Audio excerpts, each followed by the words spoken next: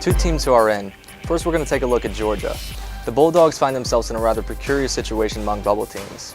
They seem like a lock, but much of their fate depends on another team, Ole Miss. It's completely hypothetical for Georgia to play a bad team that would stain its resume, but it's also completely possible. And that would give the Bulldogs 0 top 50 wins if Ole Miss were to lose. For a team that led Kentucky by 9 in the second half, that's just crazy. Another team that's in is BYU. The Cougars are currently the last team in after losing to Gonzaga in the West Coast Conference Tournament Final.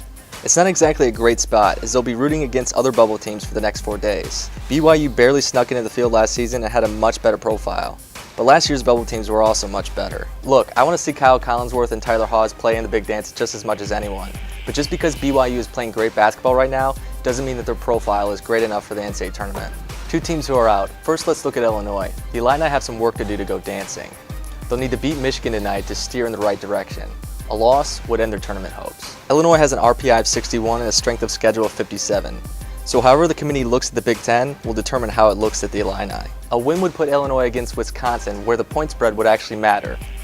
A close loss, or even a victory, would absolutely secure them in the NCAA tournament. Florida State seemed all but finished, but has hope now thanks to an ACC tournament victory against Clemson on Wednesday night.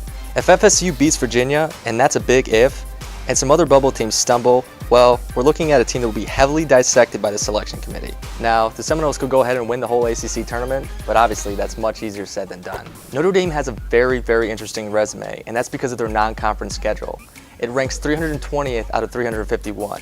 They played absolutely nobody in the non-conference schedule. Right now, the Irish are looking at a number 3 or number 4 seed, but if they lose their first game in the ACC tournament, they could drop all the way back to a number 5 seed. If you're looking for a game to watch on Thursday night, definitely take a look at West Virginia versus Baylor in the Big 12 tournament.